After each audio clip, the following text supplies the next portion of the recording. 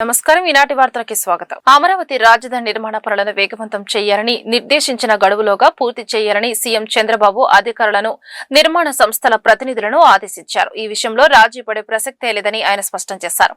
తాడేపల్లిలోని క్యాంపు కార్యాలయంలో శనివారం రాజధాని నిర్మాణ పనులపై మంత్రి నారాయణ, సిఆర్డీఏ, ఏడీసీ ఉన్నతాధికారులు, నిర్మాణ సంస్థల ప్రతినిధులతో ఆయన ఉన్నత స్థాయి సమీక్ష నిర్వహించారు. రాజధాని నిర్మాణం అనేది కేవలం ఒక కాంట్రాక్ట్ వర్క్ కాదు. ఈ బృహత్కరంలో పాలు పంచుకుంటున్న మీరంతా చరిత్రలో భాగస్వాములు అవుతారన్నారు.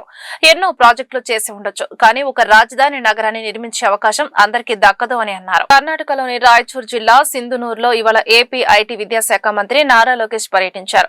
కేంద్ర ఉక్కు శాఖ మంత్రి హెచ్డి కుమారస్వామి, కేంద్ర రక్షణ శాఖ సహాయ మంత్రి సంజయ్ సేతులతో కలిసి ఆయన పలు అభివృద్ధి, సాంస్కృతిక కార్యక్రమాల్లో పాల్గొన్నారు.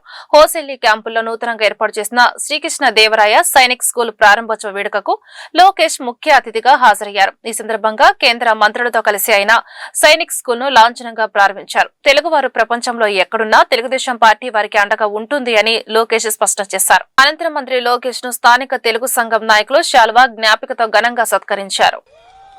కేసులు పెట్టినా, ఇబ్బంది పెట్టినా అనుకున్న దాని కోసం మనం అహర్నిశలు పోరాడతాం. విశ్వవిఖ్యాత నడ సార్వభౌమ స్వర్గశ్రీ నందమూరి తారక రామారావు గారు ఏ ముహూర్తంలో పార్టీ స్థాపించారో తెలియదు, కానీ ఆయన పునాది ఎవ్వరూ కదిలించలేరు. 1984 నుంచి వలసలుగా మీరు ఇక్కడికి వచ్చారు. పుట్టింది ఆంధ్ర రాష్ట్రం అయినా కర్ణాటక మనం సొంతంగా భావించేవారు. ఒక మాటలో చెప్పాలంటే ఇక్కడ మీ అందరికీ కర్ణాటక సొంత తల్లి లాంటిది. అద్భుతంగా చూసుకున్నారు. మన నినాదం ఒకటే, తెలుగోలు ఎక్కడున్నా చల్లగా హాయిగా ఉండాలి, వాళ్ళకి అండగా నిలబడుతుంది ఆ పసుపు జెండా తెలుగుదేశం పార్టీ. ఇక్కడ మీ అందరు తెలుసు, దేవేగౌడ గారి దగ్గర నుంచి కుమారస్వామి వరకు మా కుటుంబానికి వాళ్ళ కుటుంబానికి ఎంత అనుబంధం ఉందో. ఆనాడు యునైటెడ్ ఫ్రంట్ గౌరవ ముఖ్యమంత్రి చంద్రబాబు నాయుడు గారు ఉంటే భారతదేశ ప్రధానమంత్రిగా దేవేగౌడ గారు ఆనాడు ఉన్నారు. కరెక్ట్ గా 30 సంవత్సరాల తర్వాత కుమారస్వామి గారు పక్కన నుంచిన అదృష్టం నాకు ఈ రోజు కలిగింది. ఇక్కడ ఉన్న ఆంధ్రులందరూ ఒక విషయం గుర్తుపెట్టుకోండి, ఆనాడు విశాఖ ఉక్కు ఆంధ్రుల హక్కు అని పోరాడాం. విశాఖపట్నానికి స్టీల్ ప్లాంట్ తీసుకొచ్చాం. గత పాలకుల వల్ల విశాఖ ఉక్కు అనేక ఇబ్బందులు పడింది, మూతపడే పరిస్థితి వచ్చింది. కానీ నేనుండా మీకు అండగా నిలబడతానని చెప్పిన ఏకైక వ్యక్తి గౌరవనీయులు కుమారస్వామి గారు. నేనెప్పుడు భయపడేవాడిని. శ్రీ దుర్గా మల్లేశ్వర స్వామి వార్ల చైత్రమాస బ్రహ్మోత్సవాలు పుష్ప యాగశామనోత్సవంతో ఘనంగా ముగిశాయి. చైత్రమాస బ్రహ్మోత్సవాలలో భాగంగా నిర్వహించిన శ్రీ గంగా పార్వతీ సమేత శ్రీ మల్లేశ్వర స్వామి వార్ల నది విహారము పవిత్ర కృష్ణా నదిలో కన్నుల పండుగగా జరిగింది. అంతకుముందు సాంస్కృతిక కార్యక్రమాలు, ఆలయం నుండి నది వరకు స్వామివార్ల ఊరేగింపు అంగరంగ వైభవంగా సాగింది. చైత్రమాస కళ్యాణ బ్రహ్మోత్సవాలు పురస్కరించుకుని శ్రీ మల్లేశ్వర స్వామి వారి ఆలయం నుండి దేవదేవీరులకు పవిత్ర కృష్ణా నదిలో నది విహారం నిర్వహించుటకు ఊరేగింపుగా తీసుకుని వెళ్లే ఉత్సవము ప్రారంభమైంది. వేద మంత్రాలు, మంగళ వాయిద్యాల నడుమ స్వామి అమ్మవార్లకు నది విహారము నిర్వహించుటకు మల్లేశ్వర స్వామి ఆలయం నుండి బయలుదేరిన బృందం మహామండపం వద్ద నుండి కూచిపూడి నృత్యం, కళాకారులు, సంప్రదాయ తప్పెట్లు, కోలాటం, భజన సంకీర్తనలతో కోలాహలంగా దుర్గా స్నానఘాట్ చేరింది. పుష్పాలంకరణ చేసిన ఫాంటుపై స్వామి అమ్మవార్లను అధిరోహింపజేసి ప్రత్యేక పూజ నిర్వహించిన అనంతరం పవిత్ర కృష్ణా నదిలో నది విహారం ప్రారంభం కాగా కళ్యాణోత్సవ ఆది దంపతులను కృష్ణా నదిలో త్రిలోకమూలకు గుర్తుగా 3 సార్లు ప్రదక్షిణ చేయించి విహరింపచేస్తారు. నమో హిరణ్యబాహవే నాన్యే దిశాంచ పదయే నమో నమో వృక్షేభ్యో హరికేశూనాం పదయే నమో నమః స్వస్తింజరాయ శ్రీమదే పథీనాం పదయే నమో నమో బఫలాయ విద్యాదేనానాం పదయే నమో నమో హరికేశాయోపవీతినే పుష్టానాం పదయే నమో నమో నమస్తే मन्त्रिणे वाणिजाय कक्षाणां पतये नमो नमो भुवन्तये वारिवस्कृताय औषधीनां पतये नमो नम उच्चैर्घोषाय क्रन्दयते वत्तीनां पतये ओ नमः कृत्स्नवीता यथावते नमो वञ्चते परिवञ्चते स्तायूनां पतये नमो नमो निषेधवे परिचरायारण्यानां पतये नमो नमः शृगाविभ्यो जिघागुं सद्योमुष्णदां पतये नमो सिमध्यो नक्तञ्चरद्धः प्रगृन्दानां पतये नमो नमो उष्णीषिणे गिरिजराजकुलञ्जानां पतये नमो नम इषमध्यो धन्वाविभ्यश्च वो नमो नमः तेभ्यः प्रतिदधानेभ्यश्च वो नमो नम आयच्छद्भ्यो विसृतभ्यश्च वो नमोऽस्यभ्यो विद्यभ्यश्च वो नमो नम आसीनेभ्यः श्रियानेभ्यश्च नमस्तभ्यो जाग्रभ्यश्च वो नमो गुच्छेभ्यो गुच्छपदिभ्यश्च वो नमो नमो भ्रातेभ्यो भ्रातपदिभ्यश्च वो नमो नमो नमो नमो रथेभ्यो रथेभ्यश्च वो नमो नमो रथेभ्यो रथपदिभ्यश्च वो नमो नमः सेनाभ्यश्च वो नमो नमः शत्रुभ्यः संग्रहेतृभ्यश्च वो नमो नमः सक्षभ्योऽसकारेभ्यश्च वो नमो नमः कुलालेभ्यः कर्मारेभ्यश्च वो नमो नमः पुण्येभ्यो निजातेभ्यश्च वो नमो नमः वो नमो मृगेभ्यः स्वनेभ्यश्च वो नमो नमः स्वभ्यश्च वो రాష్ట్ర ప్రభుత్వం ప్రవేశపెట్టిన బడ్జెట్ కేవలం గణాంకాలకే పరిమితం కాకుండా దాని ఫలాలు సామాన్యుడికి చేరాలని విజయవాడ తూర్పు ఎమ్మెల్యే గద్దె రామ్మోహన్ రావు ఆకాంక్షించారు. ముఖ్యమంత్రి నారా చంద్రబాబు నాయుడు ఆలోచన మేరకు బడ్జెట్ పై ప్రజల్లో అవగాహన కల్పించేందుకు ఈ కార్యక్రమాన్ని చేపట్టినట్లు వెల్లడించారు. శనివారం అశోక్ నగర్ లోని తూర్పు నియోజకవర్గం ఎమ్మెల్యే క్యాంపు కార్యాలయంలో నిర్వహించిన బడ్జెట్ అవుట్ రీచ్ కార్యక్రమంలో ఎమ్మెల్యే గద్దె రామ్మోహన్ ముఖ్య అతిథిగా పాల్గొన్నారు. ఈ సందర్భంగా ఆయన మాట్లాడుతూ బడ్జెట్ పై ప్రజల్లో అవగాహన కల్పించేందుకు ఈ కార్యక్రమాన్ని చేపట్టామన్నారు. గత ప్రభుత్వ హయాంలో బడ్జెట్ అంటే కేవలం అసెంబ్లీలో ప్రవేశపెట్టడం, విశ్లేషకుల చర్చలతోనే ముగిసిపోయేదని, కానీ ఇప్పుడు పరిస్థితి మారిందన్నారు. నమస్కారం. ఈ రోజున బడ్జెట్ అనేది సామాన్యుడు కూడా రీచ్ అవ్వాలి, సామాన్యుడు కూడా అవగాహన పరచుకోవాలి. మన రాష్ట్రం ఉన్న పరిస్థితిలో ఏ విధంగా బడ్జెట్ని ఒక దశల వారీగా మనం ఎలకేషన్స్ పెట్టుకుంటూ ముందుకు వెళ్తే ఏ విధమైన లాభాలు సమాజానికి వస్తాయి, ప్రభుత్వం చేపట్టే కార్యక్రమాలు ఆ బడ్జెట్ మీద అవగాహన లేని వాళ్ళు అర్థం చేసుకోలేక ఏదైనా అపోహలు పడినా వాటిని బడ్జెట్ రీచ్ ద్వారా నివృత్తపరిచి ప్రజలందరినీ కూడా సమాయత్తపరిచి ఈ యొక్క బడ్జెట్ మనకు బంగారు బాట అనే విధంగా బడ్జెట్లో వచ్చిన లాభ నష్టాల ద్వారా, బడ్జెట్లో వచ్చిన ఎలకేషన్స్ ద్వారా మనం సమాజంలో సంపద సృష్టించవచ్చు. మన బడ్జెట్ అంతా కూడా అది పేదల సంక్షేమం కోసం, అభివృద్ధి కోసం, ఈ అభివృద్ధి ద్వారా సంపద సృష్టించడానికి మరిన్ని సంక్షేమ కార్యాలు ఇవ్వడానికి ఏర్పాటు చేసే బడ్జెట్.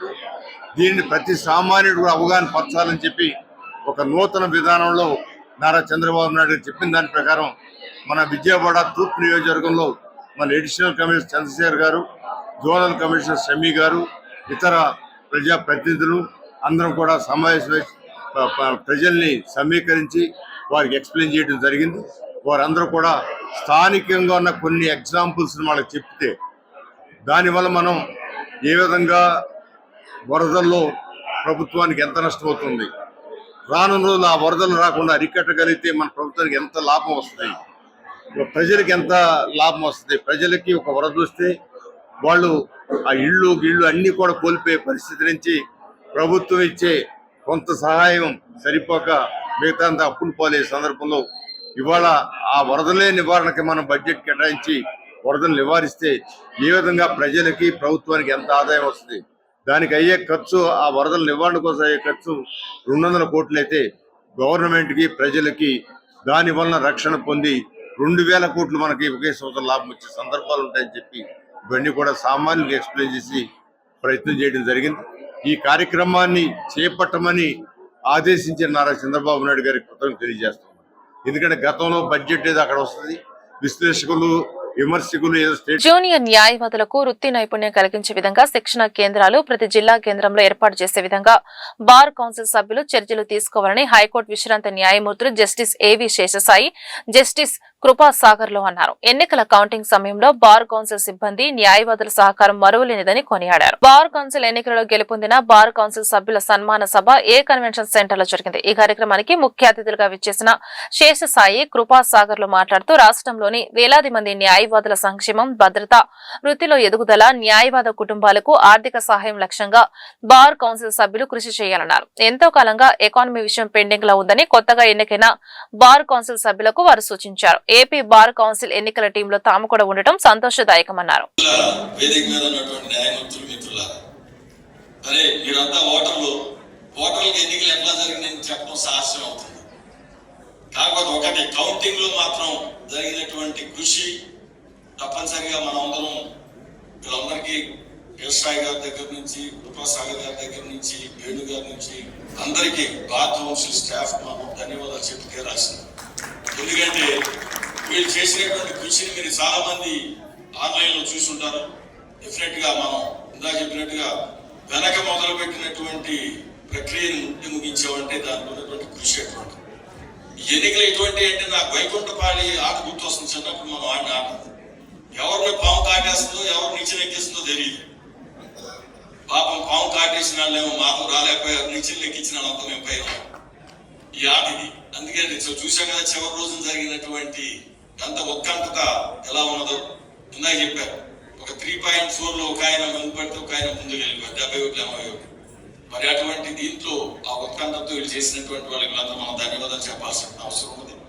సరే, ఈ బార్ కౌన్సిల్ దగ్గరకు వచ్చేసరికంటే తిరిగి ఎన్నికైనటువంటి పాత వాళ్ళం, కొత్తగా ఎన్నికైనటువంటి వాళ్ళం ఒక వీళ్ళంతా కలిసి పనిచేయడం. దీంట్లో కొత్తది ఏంటంటే మహిళా సభ్యులు ఇంతమంది రావడం, ఈ రిప్రజెంటేషన్ తోటి వీళ్ళంతా రావడం అనేటువంటి అందరూ ఆహ్వానించదగింది. తప్పనిసరిగా ఈ వృత్తి మొదట్లో ఇది పురుషుల వృత్తి అనుకునేటువంటి పరిస్థితుల్లో మహిళలు ఇప్పుడు వచ్చి రావటం చూస్తే ఇప్పుడు జ్యుడిషియరీలో వచ్చేసరికి 60% అయ్యారు. మన ఎవరితో నేను మాట్లాడతాను, న్యాయవాదులు కూడా వీళ్ళు మాట్లాడతారు, పెరిగిపోతారు. పురుషులే బాగా రిజర్వేషన్ కావాలనే పరిస్థితి వృత్తిలో కూడా రావచ్చేమో అనేటువంటిది అనిపిస్తా ఉంది. అందుకని తప్పనిసరిగా న్యాయవాదుల యొక్క ఆకాంక్షలు నాతోటి బార్ కౌన్సిల్ సభ్యులందరూ కూడా, అలాగే మీ అందరూ కూడా నమస్కారాలు. ముందుగా ఈ యొక్క ఎలక్షన్ నిర్వహించిన టీం అందరికి కూడా నా వైపు నుంచి కూడా ధన్యవాదాలు తెలియజేస్తున్నా. ఈరోజు సన్మానం అంటే చాలా ఆనందంగా వచ్చాం సన్మాన శాఖలో ఒప్పుకోవడానికి. కానీ బార్ కౌన్సిల్ సభ్యులందరూ కూడా ఏ ఉద్దేశంతో మీరు ఓటేసి గెలిపించారో గురుతర బాధ్యత, బరువు చాలా బార్ కౌన్సిల్ మీద ఉందని చెప్పి నేనైతే భావిస్తున్నాను. ఇంతకుముందు మా మిత్రులు చెప్పినట్టుగా అడ్వకేట్స్ ప్రొటెక్షన్ యాక్ట్ విషయంలో కానీ, హెల్త్ ఇన్సూరెన్స్ విషయంలో కానీ న్యాయవాదులు అందరూ కూడా ఆశతో బార్ కౌన్సిల్ సభ్యులు ఎన్నుకోవడం జరిగింది. ఇంతకుముందు చెప్పినట్టుగా ప్రభుత్వం కూడా భరిస్తే మరి అది కూడా సక్సెస్ అయ్యే అవకాశం ఉంది. కానీ నా ఉద్దేశం ఇది కేంద్ర ప్రభుత్వ పరిశీలనలో ఉంది. ఈ సందర్భంగా మీ అందరూ కూడా తెలియజేస్తే బాగుందని చెప్పి నేను తెలియజేస్తున్నా. న్యాయశాఖ మంత్రి గారు కూడా ఇది ఆల్ ఇండియా మొత్తం మీద కూడా హెల్త్ ఇన్సూరెన్స్ విషయంలో పరిశీలన ఉంది. ఎన్ని హాస్పిటల్స్, డాక్టర్స్ అవసరం అవుతాయో వాటిని చూసిన తర్వాత నిర్ణయం తీసుకుంటామని చెప్పి వారు చెప్పడం కూడా జరిగింది. అలాగే ప్రొటెక్షన్ యాక్ట్ విషయంలో కూడా అది సెనెట్ కమిటీ ముందు ఉన్నది, అది రాగానే పార్లమెంట్ లో పెట్టి దేశవ్యాప్తంగా కూడా తీసుకొస్తామని చెప్పి కూడా వారు చెప్పడం జరిగింది. బహుశా బార్ కౌన్సిల్ మనం కూడా వారు కొంచెం స్పీడప్ చేసి అది అయ్యేటట్టుగా చేస్తే మన బార్ కౌన్సిల్ సభ్యులందరూ కూడా. అత్యాధునిక శస్త్ర వైద్య చికిత్స పరికరాలతో నగర ప్రజలకు మెరుగైన వైద్యాన్ని అందించేందుకు భవానీపురం స్వాతి థియేటర్ రోడ్ లో శ్రీ అచ్యుత హాస్పిటల్ ను ప్రారంభించినట్లు శ్రీ అచ్యుత హాస్పిటల్ వైద్య నిపుణులు రవికిరణ్, మౌనికలు తెలిపారు. తమ హాస్పిటల్ నందు 24/7 అత్యవసర వైద్య సహాయంతో పాటు అత్యాధునిక laboratory, operation theatre, diagnostic lab, ఫార్మసీలో అందుబాటులో కలవని చెప్పారు. నగరవాసులు ఈ అవకాశాన్ని సద్వినియోగం చేసుకోవాలని, మెరుగైన వైద్యాన్ని అందించడమే తమ ప్రధాన లక్ష్యమని పేర్కొన్నారు. విజయవాడ భవానీపురం స్వాతి థియేటర్ సమీపంలో నగర ప్రజలకు మెరుగైన వైద్యాన్ని అందించేందుకు ప్రముఖ ఆర్థోపెడిక్ సర్జన్ రవికిరణ్, ప్రముఖ గైనకాలజీ నిపుణులు Mounika Sri Achyuta hospital maternity ortho care ప్రారంభించారు. ఈ సందర్భంగా వారు మాట్లాడుతూ అత్యాధునిక శస్త్ర వైద్య చికిత్స పరికరాలతో నగర ప్రజలు మెరుగైన వైద్యాన్ని అందించడమే లక్ష్యంగా విజయవాడ భవానీపురం స్వాతి థియేటర్ రోడ్ లో శ్రీ అచ్యుత హాస్పిటల్ ను ప్రారంభించినట్లు తెలిపారు. తమ హాస్పిటల్ నందు 24/7 అత్యవసర వైద్య సహాయంతో పాటు అత్యాధునిక ల్యాబొరేటరీ, డయాగ్నోస్టిక్ ల్యాబ్, ఫార్మసీలు అందుబాటులో కలవని చెప్పారు.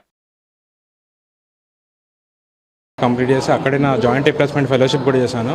Normal joint replacement, robotic joint replacement కూడా చేశాను. ఇప్పుడు ఆ సేవలన్నీ అందుబాటులో తీసుకోవడానికి మా స్వాతి రోడ్ భవానీపురంలో మా హాస్పిటల్ ఓపెన్ చేస్తున్నాం ఈరోజు. Sri Achyuta hospital maternity and ortho care. అందరూ వచ్చి మీ సేవలను యూజ్ చేసుకోవాల్సిందిగా కోరుతున్నాం. మన దగ్గర అన్ని ఫెసిలిటీస్ ఉన్నాయండి. మన దగ్గర ఫిక్స్డ్ ఎక్స్రే 300 MID ఉంది, ఫార్మసీ ఉంది, ఇన్ హౌస్ డయాగ్నోస్టిక్ ల్యాబ్ ఉంది, IUA ల్యాబ్ ఉంది, ఆపరేషన్ థియేటర్ ఉంది, లేటెస్ట్ ఫెసిలిటీస్ అన్ని. సో లేబర్ రూమ్ ఉన్నాయి, పేషెంట్ రూమ్స్ అన్నీ అవైలబుల్గా ఉన్నాయి. అన్నీ వచ్చి యూజ్ చేసుకోవాల్సిందిగా కోరుతున్నాం. ఎమర్జెన్సీకి మనకు క్యాజువాలిటీ కింద రెడీగా ఉంది. ఎమర్జెన్సీ ఫెసిలిటీస్ కూడా అవైలబుల్గా ఉన్నాయి మన దగ్గర. ఈరోజు 3rd ఏప్రిల్ శుక్రవారం 2026 శ్రీ అచ్యుత హాస్పిటల్ ప్రారంభం చేశామండి. స్వాతి రోడ్లో ఉంది. సో 1 టౌన్, భవానీపురం, ఇబ్రహీంపట్నం చుట్టుపక్కల ఏరియాస్ అందరూ కూడా మా సేవలు అన్నీ తీసుకోండి. ఇంకొకటి మాకు 24/7 ఎమర్జెన్సీ సర్వీసెస్ అన్నీ చూస్తాము. అట్ ద సేమ్ టైం మాకు అత్యాధునిక labour room, operation theatre and మంచి డయాగ్నోస్టిక్ ల్యాబ్, ఫార్మసీ అన్నీ అవైలబుల్గా ఉన్నాయి. సో అందరూ గర్భిణీ స్త్రీలు, ఇంకా ఏదైనా మోకాళ్ళ నొప్పులు, ఏదైనా ప్రాబ్లం ఉన్న వాళ్ళు ఖచ్చితంగా హాస్పిటల్ని విజిట్ చేయండి. పార్టీ కోసం పనిచేసే కార్యకర్తలకు పెద్దపీట వేసే విధంగా తెలుగుదేశం పార్టీ పనిచేస్తుందని ప్రభుత్వ whip central MLA bonda Uma తెలిపారు. కార్యకర్తలను పార్టీ నిర్మాణంలో భాగస్వాములను నామినేటెడ్ పదవులకు సంబంధించి రాష్ట్ర స్థాయి చైర్మన్లుగా, డైరెక్టర్లుగా, జిల్లా స్థాయి డైరెక్టర్లుగా, నియోజకవర్గ స్థాయిలో దేవాలయాల నూతన కమిటీలను ట్రస్టులకు చురుకైన నాయకులు నియామకం చేయడం జరుగుతోందని, దానిలో భాగంగా ఈ రోజు Guntur Seetharamaiah trust chairman, senior Telugu Desam party నాయకులు కోల శ్రీనివాసరావు నియమించడం జరిగిందని చెప్పారు. విజయవాడ పాయకపురం ప్రాంతంలోని గుంటూరు సీతారామయ్య చారిటబుల్ ట్రస్ట్ నూతన కమిటీ సభ్యులతో ప్రభుత్వ విప్ సెంట్రల్ నియోజకవర్గ శాసనసభ్యులు బోండా ఉమామహేశ్వరరావు ఈ రోజు నుంచి ట్రస్ట్ బాధ్యతలను అప్పగించి ప్రమాణ స్వీకారం చేపించడం జరిగింది. ఈ సందర్భంగా ఉమా మాట్లాడుతూ తెలుగుదేశం పార్టీ కార్యకర్తల పార్టీ అని, నాడు నందమూరి తారక రామారావు కానీ, నేడు నారా చంద్రబాబు నాయుడు కానీ, భవిష్యత్తులో నారా లోకేష్ కానీ కార్యకర్తలకు పెద్దపీట వేసేటువంటి విధంగా తెలుగుదేశాన్ని ముందుకు తీసుకువెళ్తున్నారని చెప్పారు. ప్రభుత్వం అధికారంలోకి వచ్చినాక కష్టపడినటువంటి కార్యకర్తలందరికీ నామినేషన్ పదవులు జనసేన, బీజేపీ, తెలుగుదేశం పార్టీ ఏదైతే 3 పార్టీల కార్యకర్తలు, నాయకులు కష్టపడ్డారో అందరికీ కూడా పదవులు ఇచ్చి గౌరవిస్తూ ఉన్నారు. ఇవాళ సెంట్రల్ నియోజకవర్గంలో జనసేన పార్టీ నుంచి ఏదైతే దాసాంజనేయ స్వామి గుడి, ప్రత్యేకమైనటువంటి గుడి ఆంజనేయ స్వామి దేవస్థానం, ఆంజనేయ స్వామి దేవస్థానానికి జనసేన నుంచి కృష్ణప్రసాద్ గారిని చైర్మన్గా నియమించాం. అట్లాగే ఇంకో ట్రస్ట్ కూడా జనసేనకి ఇచ్చాం. ఇవాళ గుంటూరు సీతారామయ్య ట్రస్ట్ పేరు మీద కోలా శ్రీనివాసరావు, మా తెలుగుదేశం పార్టీ సీనియర్ నాయకుడు, 64వ డివిజను పార్టీ కార్యదర్శి కోలా శ్రీనివాసరావుకి చైర్మన్గా, మిగిలినటువంటి జనసేన, బీజేపీ నాయకులకి, టీడీపీ మెంబర్లు కూడా ట్రస్ట్ బోర్డు మెంబర్లుగా ఇచ్చాం. ఏదేమైనా సంతోషంగా ఉంది. పదవులన్నీ కూడా అందరికీ పదవులు ఇచ్చి గౌరవిస్తాం. కష్టపడిన ప్రతి కార్యకర్తకి న్యాయం జరుగుద్ది. అన్ని రకాలుగా రాష్ట్ర పదవులు కానించి నియోజకవర్గ పదవుల వరకు అందరికీ గుర్తింపునిస్తామని తెలియజేసుకుంటూ, ఇవాళ పదవులు పొందినటువంటి ట్రస్ట్ బోర్డు మెంబర్లందరికీ కూడా వాళ్ళ ఆధ్వర్యంలో బ్రహ్మాండంగా దేవాదాయ ధర్మదాయ శాఖ రూల్స్ని పాటిస్తూ, అలాగే హిందూ ధర్మాన్ని పాటిస్తూ సేవ చేస్తారు. ఈరోజు బోండా ఉమేశ్వరరావు గారిచే ప్రమాణ స్వీకారం చేయించారు. నాకు ఈ అవకాశం ఇచ్చిన బోండా ఉమేశ్వరరావు గారికి, కూటమి ప్రభుత్వంకి ప్రత్యేకంగా ధన్యవాదాలు తెలియజేస్తూ, ఉమాగారి ఆదేశాలతో వారికి ఏ విధమైన చెడ్డ పేరు తీసుకురాకుండా విధులు నిర్వహిస్తానని మీ అందరికీ తెలియజేస్తున్నాను. పరిటాల సమీపంలోని అమృత సాయి ఇంజనీరింగ్ కళాశాల నిర్వహిస్తున్న స్కిల్లాథాన్ 2K26 రెండవ రోజు కార్యక్రమం ఉత్సాహంగా సాగింది. విద్యార్థులకు smart irrigation, voice assistance robo, automatic railway gate, smart home automation, weight lifting, UAV వంటి అద్భుతమైన నమూనాలను తయారు చేస్తారు. ప్రతిభ కనపరిచిన విద్యార్థులకు కళాశాల యాజమాన్యం మొమెంటోలు, బహుమతులు మరియు సర్టిఫికెట్లను అందజేస్తుంది. కంచుకుచెర్ల మండలం పరిటాల సమీపంలోని అమృత సాయి ఇంజనీరింగ్ కళాశాల నిర్వహిస్తున్న స్కిల్లాథాన్ 2K26 రెండవ రోజు కార్యక్రమం ఉత్సాహంగా సాగింది. ఐఓటీ, డ్రోన్, సెమీ కండక్టర్స్ వంటి అధునాతన సాంకేతికతలపై విద్యార్థులు రూపొందించిన 50కి పైగా ప్రాజెక్టులను ప్రదర్శించినట్లు secretary and correspondent K Rammohan Rao తెలిపారు. అకాడమిక్స్ తో పాటు ఇండస్ట్రీ అవసరాలకు అనుగుణంగా విద్యార్థులకు ప్రత్యేక శిక్షణ ఇస్తున్నామని ఆయన పేర్కొన్నారు. ఈ కార్యక్రమానికి ముఖ్య అతిథిగా విచ్చేసిన Hyderabad gentry lab senior manager Narendra Varma విద్యార్థుల ప్రాజెక్టులను పరిశీలించి వారిని అభినందించారు. ఏ అసిస్టెంట్ రోబోట్ అనేది మనం ఎలా వాడతామంటే move forward, move backward, right side, left side ఇలా మనం ఎటు చెప్తే 180 degrees తిరిగిద్ది. ఇంకా వచ్చేసరికి దీన్ని ఏ క్వశ్చన్ అడిగినా కానీ అసిస్టెంట్ రోబోట్ లాగా వర్క్ చేస్తుంది. ఇప్పుడు ఎగ్జాంపుల్ మీరు రియల్ వరల్డ్ అప్లికేషన్స్లో దేంట్లో వాడుకోవచ్చు అంటే మీరు ఎగ్జాంపుల్గా మీరు జాబ్ చేస్తున్నారు, 24 hours జాబ్, 12 hours జాబ్ ఉంటుంది. మీరు అర్జెంట్గా మీకు ఫుడ్ కానీ అలాంటి అసిస్టెంట్గా మీకు కావాల్సి వచ్చింది అర్జెంటుగా.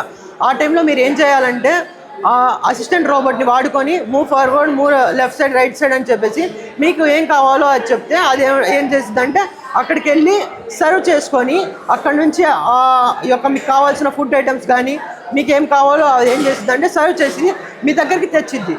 అప్పుడు మీ టైం కూడా వేస్ట్ అవ్వదు. ఇది వచ్చేసరికి కాస్ట్ ఎఫెక్టివ్. దీన్ని మనం రియల్ వరల్డ్ అప్లికేషన్స్ మనం అసిస్టెంట్ రోబోట్గా వాడుకోవచ్చు మన హౌసెస్లో, ఇంకా హాస్పిటల్స్లో యూస్ చేసుకోవచ్చు. ఇంకా దీన్ని ఇంకా నెంబర్ ఆఫ్ ప్లేసెస్ సాఫ్ట్వేర్ కంపెనీస్లో మనం దీన్ని ఇంటిగ్రేట్ చేసుకోవచ్చు. మన real world teachers and faculties and professionals ఉంటారు కదా మన కాలేజెస్, ఇంజనీర్ కాలేజెస్లో అసిస్టెంట్ రోబోట్గా దీన్ని వాడుకోవచ్చు. హ్యాండ్ అనేది మనం మూవ్ చేయకూడదు. హ్యాండ్ ఎటైనా మూవ్ చేస్తున్నా సరే రోబోట్ చాలా స్పీడ్గా వెళ్ళిపోతూ ఉంటుంది. సో మన హ్యాండ్ ఎంత స్లోగా మోషన్లో మనం మూవ్ చేస్తూ ఉంటే ఆ రోబోట్ అనేది మూవ్ అవుతూ ఉంటుంది.